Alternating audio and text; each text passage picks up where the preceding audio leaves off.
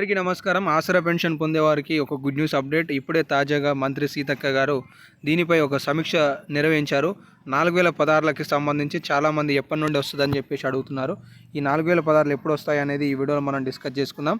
అయితే ఇప్పుడున్న latest update ఏంటి అంటే, సీతక్క గారు తెలంగాణ రాష్ట్రంలో ఎంతమందికి ఈ అర్హత ఉండి కూడా పెండింగ్లో ఉన్నాయి ఈ దరఖాస్తులు అనే అంశాలను పరిశీలించండి. తక్షణమే వాళ్ళకి రూ. 4016 ఆసరా పెన్షన్ నిధులు విడుదల చేయాలని చెప్పేసి అధికారులకు ఆదేశాలు జారీ చేశారు.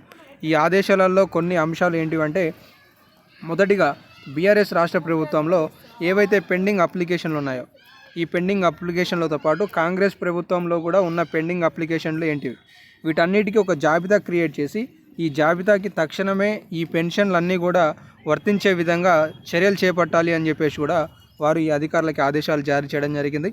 మీ అందరికీ తెలుసు, గత బడ్జెట్లో కనుక చూసుకున్నట్లయితే 12,000 కోట్ల రూపాయలను నిర్ణయించారు. కానీ ఈ 2024-25 ఫైనాన్షియల్ ఇయర్కి సంబంధించిన బడ్జెట్ ప్రతిపాదన మాత్రం 22,000 కోట్ల రూపాయలుగా రాష్ట్ర ప్రభుత్వం ప్రతిపాదనను రాష్ట్ర ప్రభుత్వం ఉన్నతాధికారులకు పంపించారు.